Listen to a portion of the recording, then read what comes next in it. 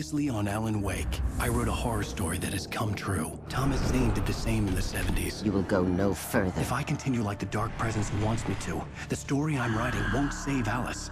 It's a horror story. No one will survive. You knew Zane! Thomas Zane! You're the Lady of the Light in the song! He left something behind to help me. The clicker. Alan thought of this as he stood on the rim of Cauldron Lake, the clicker in his hand. He took a deep breath and jumped. I can get to her now. I can finish this.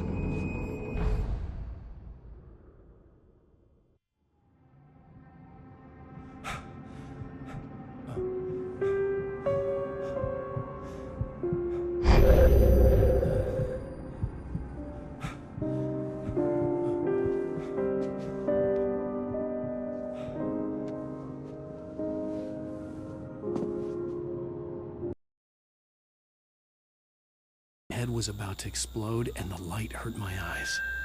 I needed my sunglasses and painkillers to dull the pain. In one of my finer moments of self-deception, I swore to quit drinking.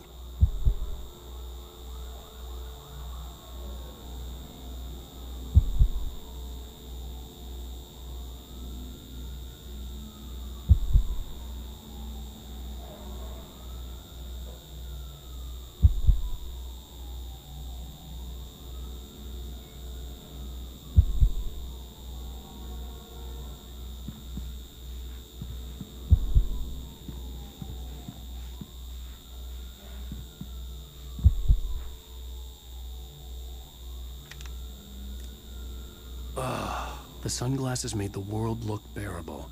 Now I could keep my eyes open without feeling like a vampire in the sun.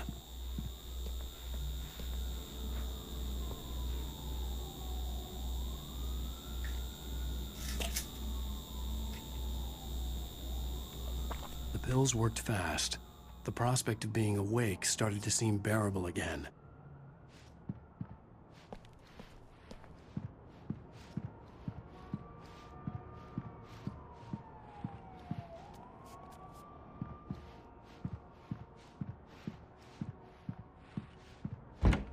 There was a message waiting for me on the machine.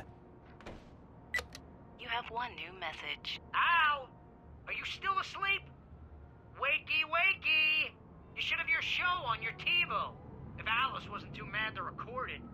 She called me earlier and really chewed me out. Yeah, we went a little overboard last night. But parties are a part of this business. Al, look, I'm saying this as your friend. She's not doing your career any favors by trying to run your life like that, okay? I'll talk to you later, Al. Watch the show.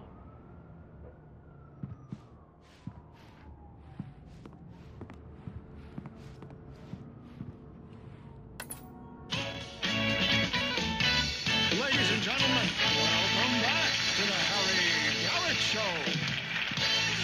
Thank you. Thank you, everybody. We have a great show tonight. I've been talking with the best-selling author Alan Wake about his new book, The Sudden Stop. Yeah, good read. Go buy it. No, it is a good read. Look, I'm gonna be honest here. Is that wise? No, but I'm gonna do it anyway. I got people who give me the lowdown on books. I'm a busy guy. But this one, I actually read from cover to cover. I mean, I'm a big fan. Wow, thanks. Now, this might be a spoiler for those who haven't read the book yet. Based on the sales figures, the 2 people out there who haven't read the book yet. But this last book is all about the death of the main character, the hard-boiled New York detective, Alex Casey. Now, there's been a lot of outrage about this. Why the hell did you kill Casey? What the hell were you thinking, man? Good riddance. No, seriously, though. 7 years and 6 books is a long time. He was a gloomy guy to spend all your working hours with, and it was a good run. But it's time to explore new things. My next book will be a departure from the old for me. You selfish bastard, always thinking of yourself. Well, you've certainly given us a lot of entertainment over the years. And now that you mention it, Casey was a gloomy guy. Never had much luck with his love life with the ladies. Was that autobiographical in any way? Yeah, no kidding. Casey's lady friends tended to die on him. With Casey, it was all about his pain. No, nothing autobiographical about that. I'm a happily married man. My wife is my muse. Well, congratulations. That's great to hear. So, how's the publicity tour been treating you? Good, great. But I gotta say, I'm glad to be back home in New York. Well, you've certainly been on the news a lot lately. Lots of parties and, you got into a fight with some paparazzi. Oh, man. Well, that guy was really in my face. I lost my temper. I know that wasn't cool. You are famous for that temper. Well, I did also write several books. Well, your latest novel is called The Sudden Stop, and it's in bookstores now. Go get it. That means the two of you out there who haven't bought it yet. Ladies and gentlemen, that's all we have for you tonight. I want to thank all our guests for the evening. Alan Wake, Sam Lake. Once more, do the face for us, Sam. There it is. And our musical guests, Poets of the Fall. Thank you, and good night. At least I'd been funny. I told myself I could live with that. I didn't say anything stupid, if that's what you want to know. Okay, Grumpy. You want an aspirin or something? Are you going to start with me about drinking now? I should have followed her advice, but suddenly I was angry, mostly at myself, and she was there. What? Now you can't even talk to me? Well, this morning I was angry because you said you'd be home at midnight and you showed up at 7 a.m. and passed out in mid-sentence. Now I'm over it. Are you angry? This goddamn tour. It's gotten out of hand. Oh, honey. It's almost over, right? We can get back to normal. Then you can start writing again. I'm sorry, honey. Alan, you're not thinking straight. Just take a shower and go back to bed, huh? Yeah, you're right, honey. I'm sorry. Once this is over, let's go away together. A vacation. Just you and me. Some peace and quiet.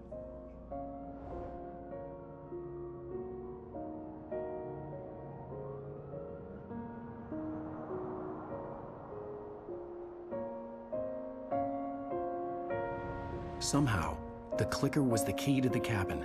I had to return to Cauldron Lake to save Alice.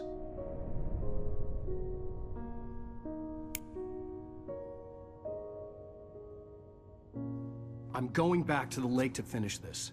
I'm going to write an ending to the story in the manuscript on my own terms, to make it all right. Why can't you just write it here? The last page is still in the typewriter. I need to read it first. Everything needs to be just right. Zane tried to cut some corners, and it didn't end well.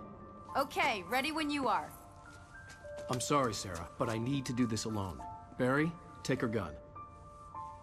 Miss Weaver, close the door when I leave.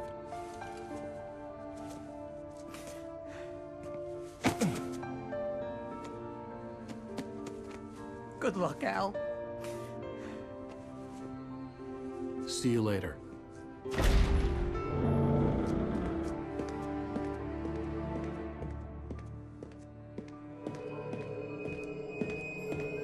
When I got out, it was warm and sunny.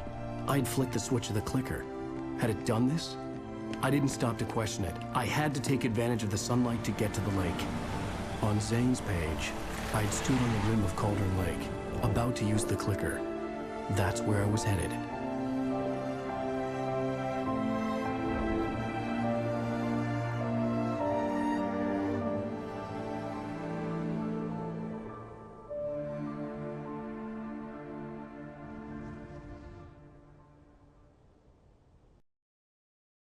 Alone, in daylight, surrounded by the beauty of the Pacific Northwest landscape.